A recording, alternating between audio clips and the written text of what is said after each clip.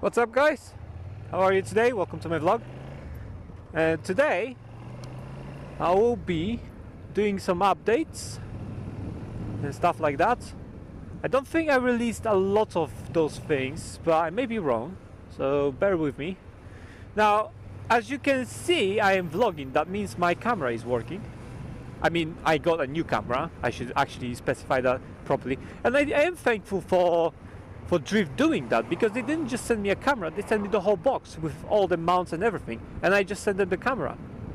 Obviously I sent them the battery, which it would be even sweeter if I didn't have to send them the battery, because I will have another battery that works perfectly fine. I will have another battery to to change in between my journey, so I could do a longer journey than 5 hours, which is amazing. But yeah, no one's gonna sit on a bike for like 5 hours and not take a break or something, like half an hour or something. You can charge your camera, or if you have to, you can just buy another battery. It's not that expensive though.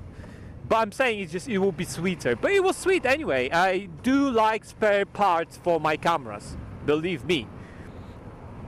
And besides the spare parts, the camera came in new, obviously. So I have to set it up. Now I know that the mic sensitivity is 1, so that's sorted.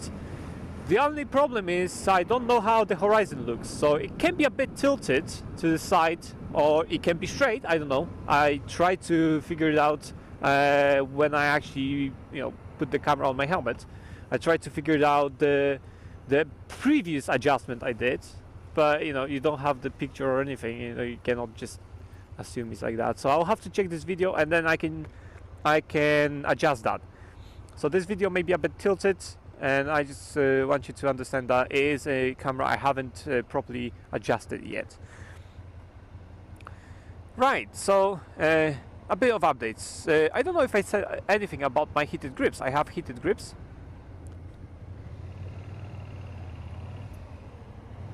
And it is very useful thing. I am telling you guys, it is useful, but don't think that it solves all the problems. So for example, my hands do get cold still. They don't freeze, but they do get cold. When it's very cold outside and you're going 50 miles an hour, your hands will get cold. Now, if you want the best protection there is, besides heated grips, or with heated grips, you can buy the heated grips and those gloves, which are Gore-Tex. So that will be the like double protection or something. Because Gore-Tex, from what I understand, is wind resistant, but you have to buy wind resistant. So wind resistant with specific protection, with special layers that protect you from the cold. So very, very warm gauntlets, let's call it, or gloves really, for bikes, and especially for winter. Not very good for summer. So those are your options really. You can buy heated gloves. I've seen that. It costs 150 quid, so it's a bit steep of a price. This heated grips are from Oxford, as you can probably see. There's an advertisement over here. These heated grips costed me £50, so it's £100 less than the gloves that are heated. And you have to have an outlet, like 12-volt outlet on your bike in order to use them, because otherwise they're not heated. I've ridden over a dead fox. Right. That was kind of hard. Anyway, leaving the dead fox behind, literally behind. The heated grips work perfectly fine. I have, in mine at least, I have 5 settings. I have 30%, 40%. 50, 75 and 100%. 100% will be very hot. But if you're going in, around to work or somewhere at temperatures such as 2 degrees or 1 degree of centigrade, obviously, then yeah, you'll probably need 100% because you'll get cold. So yeah, I cannot recommend enough those heated grips. They're very good. Very good, very useful. I could go by bus lane here though. I'm just not in a position to do so now. And they're going by bus lane, so maybe I'm not gonna go by bus lane. It doesn't matter. I have time. I'm not rushing anywhere, so it doesn't matter to me. And there is a bus as well over there, so I'll have to merge. Doesn't matter. You should use the bus lane, but it's not like not required from you to use that. You can use the street however you like a car. You can use the street like a car. You have the same rights as a car user has, or a driver basically. Okay, I will filter over here because this side is much better to filter than this side. I have much more space, and I can do this kind of. Oh no, I won't be able to. But that's fine as well. So yeah, I cannot recommend enough those heated grips. They're very good. Get one for yourself. Get one for yourself because they're very good. But there are some precautions you have to take. First of all, they do not supply you with the throttle pipe, and the throttle pipe is this black thing inside, a black tube, plastic tube that is used to control your throttle. So this plastic thing is connected to two cables. I have two, but some bikes have just one. And this cable is your throttle, pretty much. So that's a throttle cable. So it is connected through this plastic inside this thing. That's how it is connected. I have two of them. As you can see, I have two of them. So I had to... obviously, I cannot just put any old throttle pipe. I have to put a specific one from my bike. Now you have two options. You can use your own, which you have already on the bike, and you have to take off the grip, either cut it or salvage it, which I would prefer to salvage, and that's my top tip: salvage your stuff, because when you want to go back, you don't have to buy a grip. You have an original grip, and you can just put it onto a throttle pipe, and that's it. And you have an original grip. Sorry. So I'd suggest salvaging it. If you cannot salvage, cut it. But then if you don't want to either salvage it or if you don't want to cut it, just order a new pipe or used one. That's what I did actually. I ordered a used pipe from this bike model, and even better, I paid less than I would pay for a new pipe, and I also got a grip which is original for this bike. So I have now two grips for this side, two pipes. One is for the heated grips, one is the original one which I just took off. I didn't salvage anything. You can just take it off when you release those cables inside there. And also one grip on my left hand side over here. So I have a couple of grips in order to change them back if I want to. That would be the best idea. I would recommend that. And cabling, the best tip I can give you about installing this thing and all of that is to plan it out first. Don't just assume you'll do it and just go do it, because you'll spend much more time and you'll make much more errors than actually you would when you planned it. So first of all, check what type of bike do you have. It depends, because I have a naked bike, so I don't have a lot of fairing to hide the cables in. I had to hide it under the tank, and then I had to go under the tank, under the plastic sides fairings, which I have some, that are plastic. It's just that they're not those big fairings, right?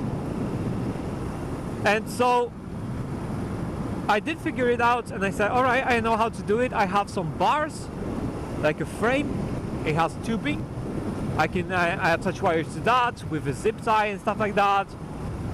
And because of that, I did spend much less time than trying to figure it out on, while I actually need to do it. So yeah. There you go. So that's pretty much, just try to plan it out where everything goes. Don't glue anything, don't glue those things before you actually check where everything fits. So without any glue, slide it in, check where it goes, check that it doesn't, you know, obstruct your brake, front brake, or your clutch. So check for that. That's very crucial, because if you do, you will have to sorry, if you don't, you will have to rip them apart. For example, if you cannot clutch in, you have to rip it apart, because you won't be able to change gears on your bike. So that's a very crucial point. You have to actually check, dry run pretty much. Don't glue anything yet, don't attach anything properly yet. Just first try, check it, how it fits and everything, and then do it.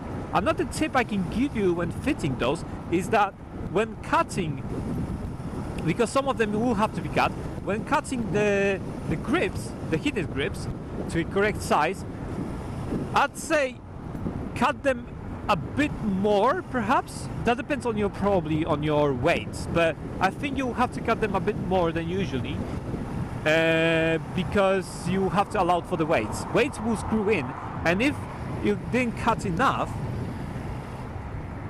then the weight will press onto the grip and the throttle will not work. This side doesn't matter. This side is fine. This one you don't do anything with this side. This side is the problem.